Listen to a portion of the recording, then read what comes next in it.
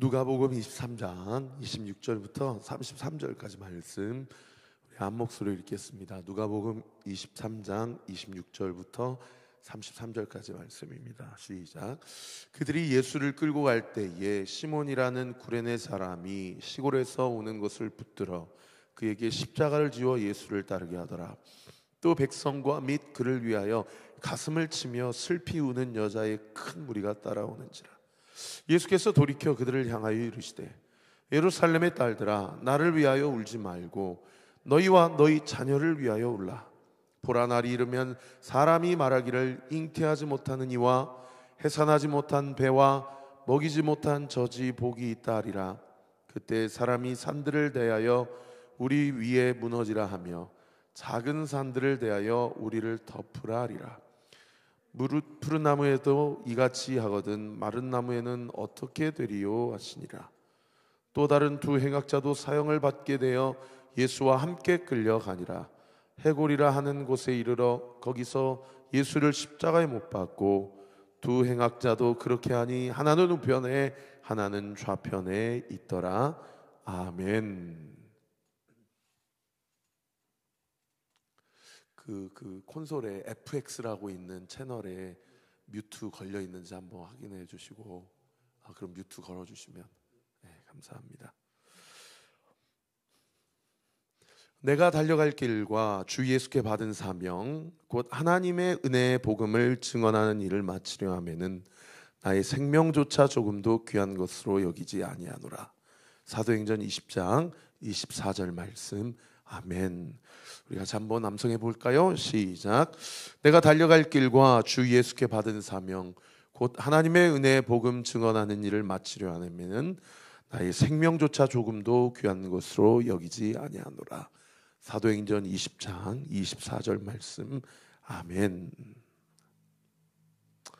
예수님께서 새벽 5시 또는 6시 언제 동이 텄는지 모르겠지만 그때부터 9시에 십자가에 달려 죽으시기까지 4번에 걸쳐서 졸속으로 재판을 받으시는데, 오늘 본문의 그 4번째 재판까지가 다 마쳐지고 빌라도가 손을 씻고 나는 이 일에 나와 상관이 없다 라고 하고, 유대 지도자들은 예수님을 죽이는 일에 대한 죄의 값을 우리에게 넘겨주십시오, 책임지지 못할 말을 하고, 그리고 그 브라이도리온이라고 이 마가복음에 나오는 그 관정, 그 앞마당 뜰에서, 여러분 예수라는 영화를 보시면 거기서 사실상 이미 죽기 일보 직전까지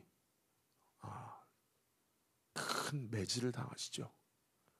거기서 이미 몸 안에 있는 물과 피의 거의 절반 이상을 다 쏟으십니다. 아마 신앙생활 오래 하신 분들은 아시겠지만은 그 로마 시대의 채찍은 그 채찍 끝에 납덩이가 달려 있어요. 그래서 그냥 때리는 것이 아니고 채찍질을 하면 그 납덩이가 그 살점에 붙어서 채찍을 하고 그 매질을 그 살로부터 뗄 때에 살점이 하나하나씩 떨어져 나가는, 그리고 거의 뼈가 보이는 그 정도의 엄청난 매질을 당하시고, 그리고 머리에는 가시관을 쓰시고 머리에 다 위로부터 그 머리에서 나오는 피로 범벅이 되고 곳곳에 다 상처로 이렇게 완전히 찢김을 당하고 매질을 당하는 그런 상황 가운데 아마 혼수 상태에 빠지실 정도로 제정신이 아닌 상태로 엄청난 그 질과 박해와 핍박을 브라이도리온이라는 그 관정 앞에서 이미 받으십니다. 그러고 나서 이제 십자가를 져야 되기 때문에 자기가 매달릴 십자가도 누가 거기 옮겨줘서 거기에 매달리는 것이 아니라 자기가 골고다 언덕까지 메고 가는 거예요. 그 십자가의 무게가 어느 정도 되는지 한번 주석을 찾아보니까 약 한 136kg 정도 됐을 것이다. 그 정도 돼야 일반 성인 남자의, 글쎄요, 예수님 몸무게가 어느 정도 되셨을지는 모르겠지만 그 몸무게를 버틸 정도로. 근데 여러분 135kg, 6kg를 어떻게 해? 그 브라이도리온에서 골고다 언덕까지 그걸 치고 갑니까? 그래서 어떤 학자는 그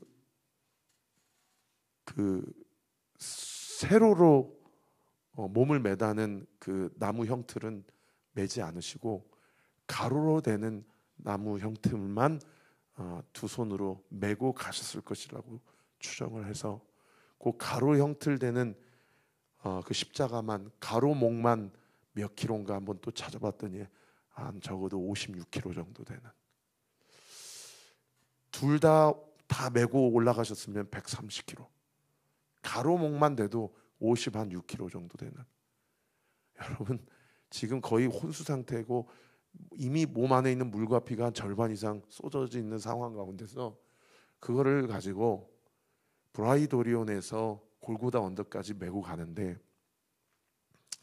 약 한 거리가, 그 길 이름이 뭔지 아십니까? 지금도 많은 순례자들이 그 길을 걸어가며 자신의 죄와 질고를 묵상하는 그 길이 그 유명한 비아 돌로로사라는 길 아닙니까? 라틴어로 고통의 길이라는 뜻이죠. 그 길이 지금 순례자들이 걸을 수 있도록 한 길이 1.5km 정도 된다고 그래요. 그리고 실제로 예수님이 십자가를 지셨던 거리는 약 한 1km가 채 되지 않았을 것이다 추정을 하기도 하는데, 여러분 그 거리를 50여 킬로 또는 130여 킬로 되는 것을 지고 이미 그 엄청난 매질을 당하시고 그 물과 피를 거의 다 쏟으신 상황에서 그거를 짊어지고 가시니, 이거는 참 감히 상상할 수 없는 고통이죠. 그런데 오늘 본문 26절에 보시면은 그 십자가를 지고 갈 때에 시몬이라 하는 구레네 사람을 만나게 돼요. 그러니까 그 매질을 하면서 로마 군병이 예수 그리스도를 마치 도살당할 양만치 골고다 언덕을 향해 걸어갈 수 있도록 그렇게 매질을 해야 되는데, 예수님이 그 십자가의 무게가 감당이 안 되는 거예요. 육체적으로, 피지컬적으로. 그러니까 넘어지고 또 넘어지고 또 자빠지시고 하니까, 오늘 본문 27절에 보세요. 백성과 그를 위하여 가슴을 치며 슬피 우는 여자의 큰 무리가 따라오는지라. 이 12 가룟 유다는 자취하고서라도 이 11명의 이 남자 새끼들은 다 도망가고 다 부인하고 흩어지고 주변에 여자들밖에 없는 거예요. 그런데 자꾸 예수님이 이게 감당이 안 되고 넘어지니까 주변을 로마 군병이 쳐다보니까 남자 한 명이 서 있는데, 나중에 알고 보니까 그 사람이 시몬이라는 남자인데, 그 사람이 어디 출신이냐? 이 구레네 출신이라는 거예요. 이 구레네는 지금으로 이야기하면 북아프리카의 이집트 옆에 있는 리비아 지역을 이야기합니다. 북아프리카 리비아 지역에도 디아스포라 유대인들이 공동체를 이루고 유대교를 섬기고 있는 그런 유대인들이 있었어요. 그런데 이날이 6월절이잖아요. 그러니까 유대인들은 1년에 한 번씩, 아니 가난한 유대인들, 아무리 멀리 있는 유대인들이라도 적어도 평생에 한 번 이상은 자기 자식들을 데리고 예루살렘에 방문, 6월절을 지키러 방문을 해서 자기 자녀들에게 여기가 바로 솔로몬 성전이야, 여기가 바로 다윗성이야, 우리 민족의 뿌리는 바로 이 도시야 라고 하면서 반드시 자기 자녀들에게 유대 지도 신앙 교육을 해야 되거든요. 그래서 아마도 이 구레네 시몬이 자기 두 아들을 데리고 그날 그 먼, 적어도 한 석 달에서 넉 달은 걸려야 올 수 있는 그 북아프리카 리비아에서 예루살렘까지, 글쎄요 재산이 어느 정도 됐는지 모르겠지만 정말 큰 마음을 먹고 예루살렘에 6월절을 지키러 온 거예요. 그래서 왔더니 세상에 어떤 유대 청년이 머리끝부터 발끝까지 다 피범벅이 돼가지고 그 십자가를 지고 골고다 언덕을 가는데 주변에 여자들밖에 없어요. 그러니까 로마 군병이 갑자기 너 일로 나와. 잠시 잠깐 이 예수라는 청년, 이 죄인이 이 십자가를 못 짊어지고 지금 허우덕대고 있으니 잠깐 이 십자가를 좀 대신 짊어줘. 주변에 자기밖에 남자가 없잖아요. 그러니까 그 비아 돌로로사 그 길에 나가서 예수님이 지시다가 넘어지셔서 완전히 땅에 내동댕이 쳐진 그 십자가, 그 수십 킬로 수백 100킬로가 넘는 십자가를 한편으로 어깨에 짊어지고 한편으로는 예수님을 어깨 동무를 하고 그 일정 기간 예수님이 잠시 잠깐 그 체력을 다시 힘을 모으실 수 있도록 그 골고라 언덕을 향하며 나아가는 그 구간을 일정 구간 이 구레네 시몬이 잠깐 져준 거예요. 여러분 한번 생각해 보세요. 옆에 내가 지금 잠깐 도와주고 있는 예수라는 청년이 보니까 가시면류관을 쓰고 있고 온몸이 다 피범벅이 되고 살점이 다 떨어져 나가고 이렇게 보니까 막 갈비뼈가 보이고 그런 상황에서 자기 몸에 피가 다 묻는 상황 가운데서도 영문을 모르고 그 예수님의 숨결을 자기 귀 옆에서 몸소 다 느끼면서 누군지 모르지만 청년 조금만 더 힘내세요. 내가 도와줄게요. 같이 가십시다. 그리고 그 골고다 언덕 해골골짜기를 향해 같이 걸어가는 겁니다. 그리고 그 청년이 십자가에 달려 다 죽으시고 물과 피를 다 쏟으시고 갑자기 가상칠언 십자가 위에서 한 7마디를 하시더니 맨 마지막 마디가 내가 다 이루었다. 그 순간 갑자기 대낮에 해가 가려지고 갑자기 지진이 일어나고 그렇게 저 청년을 죽여라 바라바를 살려줘라 했던 자기 민족들이 주변에서 뭐라 그래요? 이는 정녕 하나님의 아들이어서이다. 뭔가 유월절을 지키러 왔다가 느낌이 이상한 거예요. 그러더니 한 유월절 지나고 무교절로 들어가는 그 구간에 그 도시 안에서 다시 리비아를 향해서 출발하는 그 상황 가운데서 내가 그때 잠깐 도와줬던 그 청년이 다시 살아났다라는 소문이 막 예루살렘 시내 안에서 막 소문이 도는 거예요. 그리고 또 어느 순간에는 500여 성도에게 동시에 나타나고 실천했다라는 소문이 막 들리는 거예요. 이상하다. 여러분 마가복음 15장 21절에 보시면은 마가가 이 구레네 사람을 뭐라고 소개하는 거 아니? 알렉산더와 루포의 아버지인 구레네 사람 시몬이 시골로부터 와서 지나가는데 라고 소개하고 있어요. 여러분 보면 보통 성경은 아들 이름이 먼저 나오고 아버지를 소개하지 않습니다. 반드시 아버지 이름이 먼저 나오고 그 다음 아들을 소개해요. 그러지 않습니까?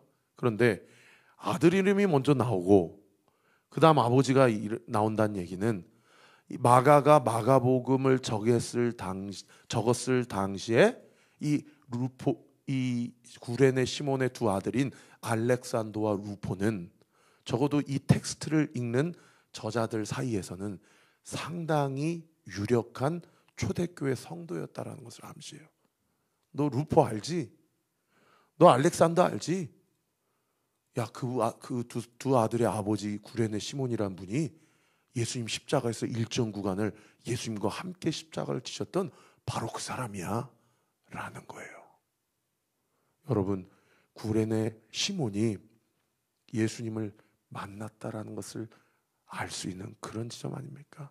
그리고 자기 아들들에게 그 메시아, 우리 민족이 그렇게 기다렸던 그리스도 메시아가 바로 내가 잠시 잠깐 만났던 그 예수 그리스도야 라는 것을 이제 유대교를 정리를 하고 기독교로 전향을 하면서 자기 자식들에게 신앙교육을 했다는 것을 알 수 있는 그런 대목이죠. 여러분, 놀랍게 로마서 16장에 가보면은 사도 바울이 로마 교회 성도들에게 편지를 쓰는 마지막 내용인데, 그때 이 루포가 로마 교회 성도라는 것을 기록을 하고 있고요. 그리고 이 루포의 어머니가 사도 바울의 사역을 물신양면으로 도왔다라는 것을 추정해 볼 수 있는 구절이 나와요. 그 말씀 한번 띄워주시면, 주 안에서 택하심을 입은 루포와 그의 어머니에게 문안하라. 그의 어머니는 곧 내 어머니니라. 여러분, 구레네 시몬의 아내가 나중에 후에 가장 위대하다고 하는 사도 바울이 그분은 나의 어머니 같으신 분이었다 라고 고백할 정도로, 여러분, 이 구레네 시몬과 이 부부가 자기 자녀 교육뿐만 아니라 초대교회 유력한 지도자들과 사도들에게 얼마나 물신양면으로 조력자, 협력자, 중보 기도자가 되었는지를 엿볼 수 있는 그런 구절 아닙니까?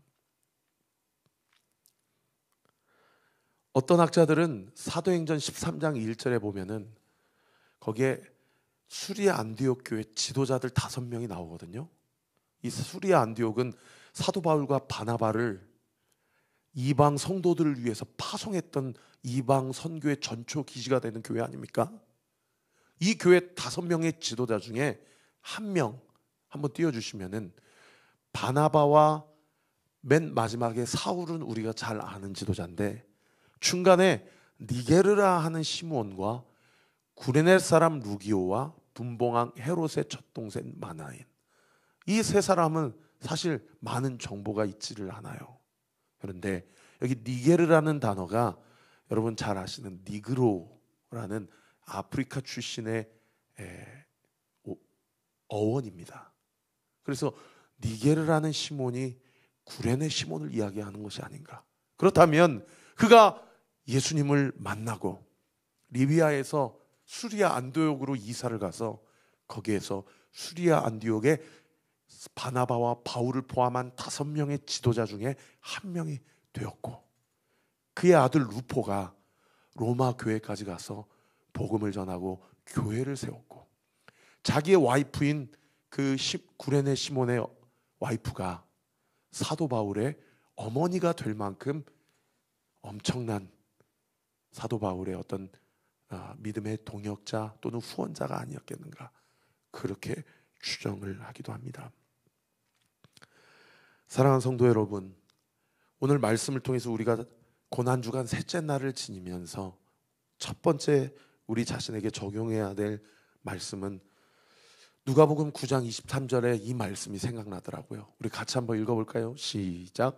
또 무리에게 이르시되 아무든지 나를 따라오려거든 자기를 부인하고 날마다 제 십자가를 지고 나를 따를 것이니라. 예수님께서 나를 따라오려면 누구의 십자가를 지고 나를 따라오라고 말씀하셨습니까? 자기 십자가를 지고 따라오라고 그랬어요. 여러분 한번 생각해 보세요. 구레네 시몬은 어떻게 생각했어요? 이 예수님이라는 청년을 메시아로 만나기 직전에 그냥 이 사람을 어떤 자기 동족 유대인의 33살짜리 청년으로만, 인간으로만 생각했다면, 여러분 구레네 시몬 입장에서는 예수라는 이 청년의 비아 돌로로사 거리에서 자기 십자가를 지고 가는 그 과정 가운데 자기가 자기 십자가를 못 지고 넘어지는 상황 가운데 로마 군병이 너 일로 나와. 그래서 잠시 잠깐 이 사람 좀 도와줘. 여러분, 예수님을 인간적으로 만났다고 그런다면 누가 누구를 도와준 겁니까? 구레네 시몬이 예수님을 도와준 거예요. 자기가 져야 될 십자가가 아닌데 감당을 못 하시니까 잠깐 구간을 쉬시면서 다시 십자가를 짊어지실 수 있도록 잠깐 힘을 보충하고자 제가 잠깐 도와드리겠습니다. 얼마 안 남았습니다. 조금만 힘을 내게 청년. 이러고 그냥 지나갈 일이에요. 그런데 오늘 본문 누가복음 9장 23절에 근거하면 여러분, 그 예수님이 지신 십자가는 원래 누가 져야 되는 십자가입니까? 구레네 시몬의 십자가예요. 왜요? 예수님은 죄가 없으시기 때문입니다. 구레네 시몬이 져야 될 십자가를 오히려 거꾸로 예수님이 짊어지고 가시다가 잠깐 자기가 짊어져야 할 십자가를 잠깐만 마땅히 진 것이라는 거예요. 여러분, 이 영적 원리를 우리에게 적용해 보십시다. 비아 돌로로사, 고통의 길 가운데 그분의 찔림은 우리의 허물 때문이고 그분의 상함은 나의 죄악 때문이다 라는 이 이사야 53장의 선지자의 말씀을 우리가 정말 믿는다면, 여러분, 누가복음 9장 23절에 자기 십자가를 지고 나를 따르라는 것은 예수님이 져야 될 십자가를 우리가 잠깐 도와주는 것이 아니고요, 내가 져야 될 십자가를 주님이 나를 위해 지신 것입니다. 동의하시면 아멘. 여러분, 이걸 정말 믿는다면 신앙생활하면서 뭐가 그렇게 억울할 일이 있습니까? 뭐가 그렇게 힘듭니까? 뭐가 그렇게 불평불만이 많습니까? 뭐가 그렇게 할 말이 많습니까? 우리는요, 예수님이 우리 자신에게 자기 십자가를 지고 나를 따라와라 라는 것을 마치 내가, 주님이 그렇게 말씀하셨으니까 내가 잠깐 짊어져 주지 뭐, 내가 잠깐 내가 궁색 좀 내고 내가 잠깐 주님을 위해서, 주님의 사역과 주님의 영광을 위해서 내가 그렇게 한번 해주지 뭐. 우리는 이런 생각을 하고 살아갈 때가 얼마나 많이냐는 거예요. 여러분, 우리 다 주님 앞에 내 입장, 내 주장, 내 억울함, 내 모든 생각과 내 스탠스를 정말 이 말씀 앞에 다시 한번 재고해 봐야 됩니다. 저도요, 조금만 목회가 힘들면 어떤 생각이 올라오냐면, 안 해. 내가 뭐라고? 내가 이렇게까지? 그러면서 막 뭐 쿠팡하면 이거보다 날 거고, 대리운전하면 이거보다 돈 많이 벌 거고, 야, 얼마나 우리 안에 이 의의가 살아 있어서 조금만 억울한 일을 당하고 조금만 듣기 싫은 얘기 들으면은 제 안에 뭐가 이렇게 올라와요. 여러분은 어떻습니까? 여러분, 고난주간을 지나면서 나는 정말 나 자신을 부인하고 나에게 주어진 이 가정의 십자가, 이 교회의 십자가, 이 사명의 십자가를 뭐 기쁨과 감사까지는 아니더라도 입 이만큼씩 튀어나오면서 불평과 원망하며 궁시렁궁시렁 거리면서 그렇게 우리가 억지로 마치 주님을 도와드리는 것처럼 생색내며 신앙생활하고 있지는 않은가? 그럼 우리 정말 주님 앞에 정직하게 우리 신앙을 돌아봐야 됩니다. 돌아봐야 돼요. 제가 늘 말씀드리지만 내가 스스로 말씀 가운데 성령의 찔림을 받고 주님 앞에 돌이키고 회개하는 게 가장 지혜로운 신앙생활이에요. 저도 이렇게 강단에서 여러분께 이렇게 말씀드리지만은 성도 한 분 한 분 불러서 성도님 이렇게 하시면 안 되죠. 이거는 하나님 원하시는 거 아닙니다. 제가 성도님하고 관계적으로 잘 지내려면 저도 이 얘기하는 거 불편한데 정신 차리세요. 저도 이 얘기하기 어려워요. 그리고 지난 3년 동안 글쎄요, 이 말씀 드린 거 손에 꼽을 겁니다. 앞으로도 그럴 일이 많이 없을 것 같아요. 그런데 제가 이 말씀 드린 이유가 뭐냐? 우리 각자가 말씀과 성령 안에서 깨달아야 됩니다. 그게 가장 성숙하고 교회가 서로 의상하지 않고 잘 세워져 가는 아름다운 방법인 줄 믿어요. 우리 온리교회가 우리 각자가 지난번에도 제가 설교한 것처럼 내가 지은 죄를 주님 앞에 인정하는 것, 더 나아가 내가 하지 않은 일까지도 나의 죄로 여기고 주님 앞에 회개하며 나아가는 것, 우리가 이 영적인 수준까지 도달할 수가 있다면 여러분, 우리 교회는 정죄, 판단, 비난, 예수의 이름으로 다 떠나가는 줄 믿으시기를 예수님의 이름으로 축복합니다.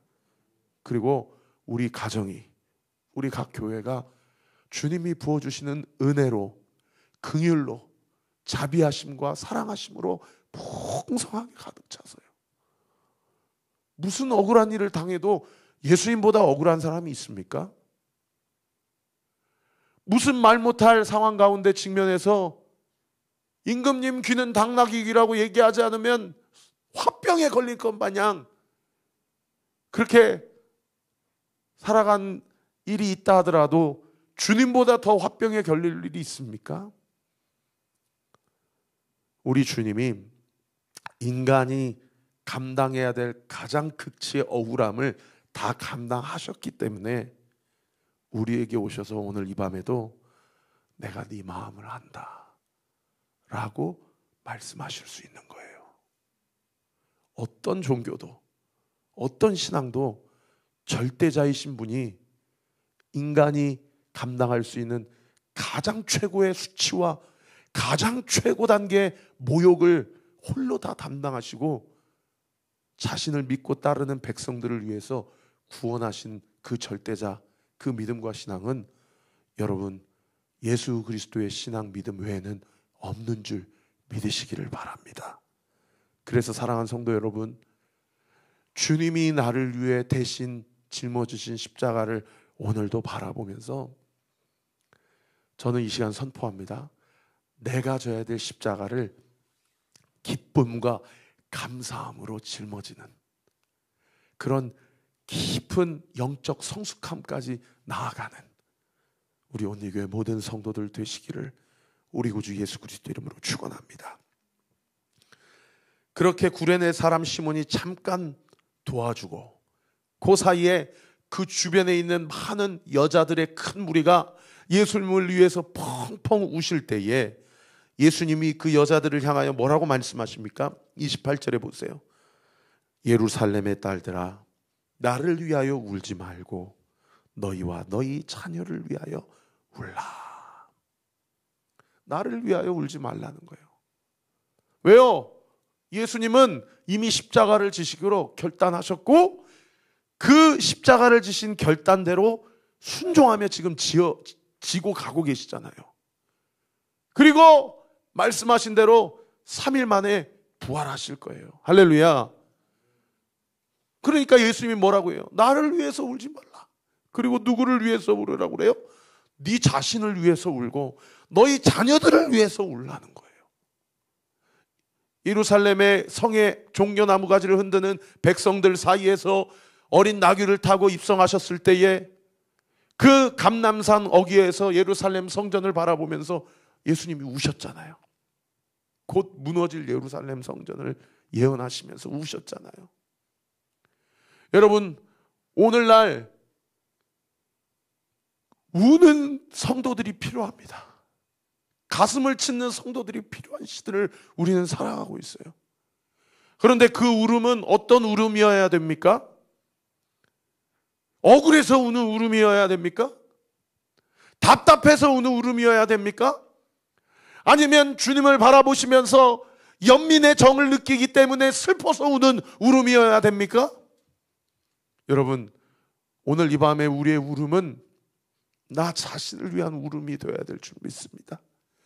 우리 새끼들을 위한, 우리 온리 틴즈, 온리 유스, 온리 키즈, 우리 자녀들을 위한, 이 대한민국 다음 세대들을 위한, 이 지역에 주님을 모르고 죽어가는 영혼들을 위한 울음이 되어야 될 줄 믿습니다. 할렐루야. 여러분, 믿지 않는 자들을 위해서 우세요.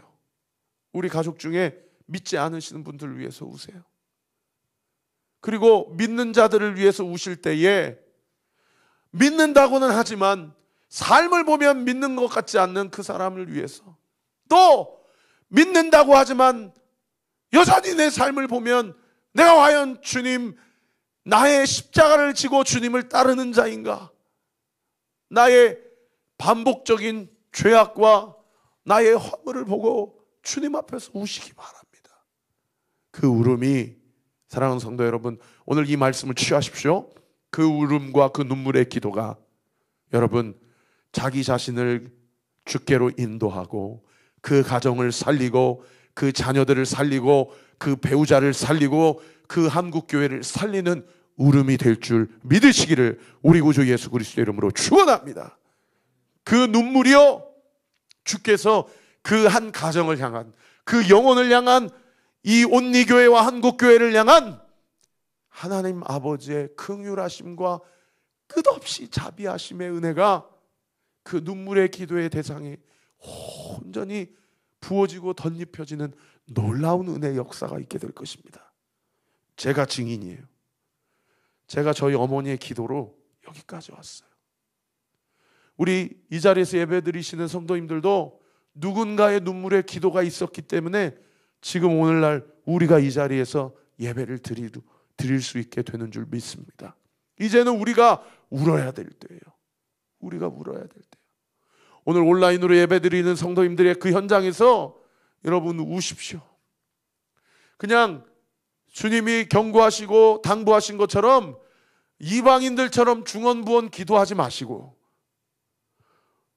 그냥 이것저것 이것 달라 저것 달라 그렇게 이방인들이 구하는 것처럼 그런 기도하지 마시고, 여러분 주님의 마음을 구하는 눈물의 기도를 드리시기 바랍니다.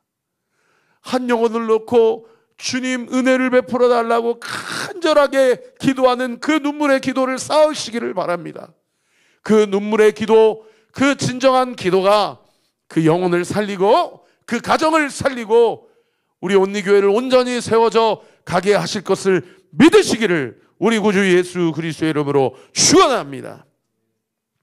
그렇게 당부하신 예수님께서 32절에 보시면은 또 다른 두 행악자도 사형을 받게 돼요. 여기 두 행악자, 구체적으로 어떤 죄목으로 십자가형에 못 박히게 됐는지는 기록하고 있지 않지만 아마도 그냥 어디 뭐 좀도둑이나 어디 가벼운 죄로 인해서 이렇게 예수님 좌우편에 죽게 된 것은 아니었을 거예요.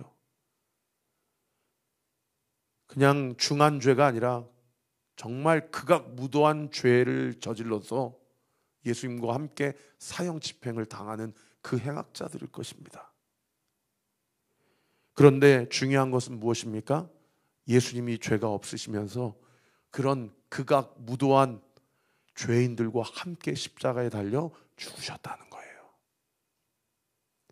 여러분, 저는 오늘 말씀을 마무리하면서 여기 32절에 또 다른 두 행악자 할 때 그 두 행악주 중에 한 사람은 여기 있는 최영천 목사입니다. 아버지, 제가 주님 앞에 용서받을 수 없는 극악무도한 죄인 중에 죄인이요, 죄인 중에 괴수입니다. 예수님의 십자가의 죽음은 예수님의 십자가의 죽음이 아니요 나의 죽음입니다.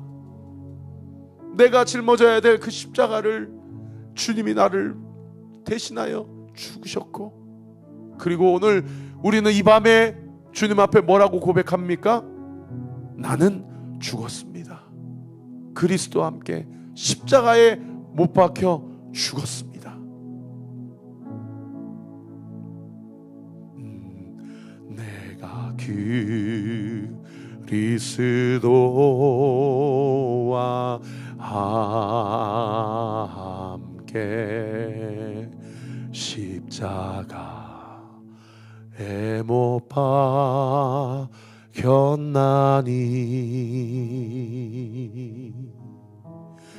그런즉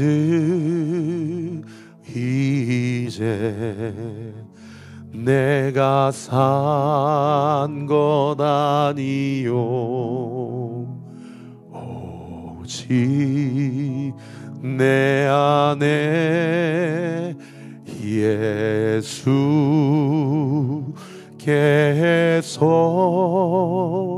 사시인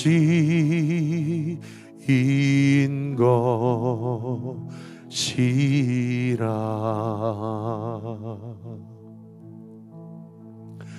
이제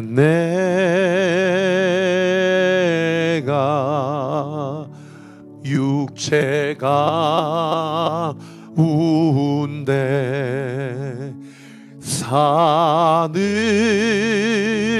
것을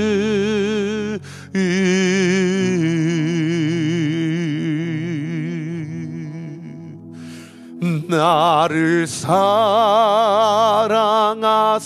자기 몸 버리신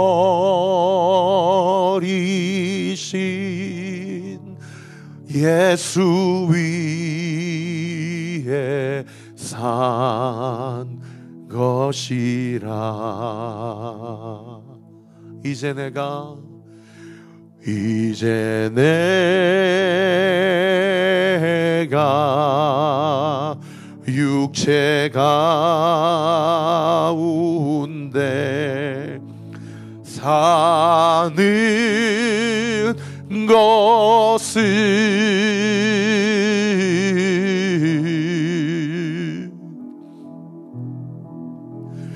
나를 사랑하사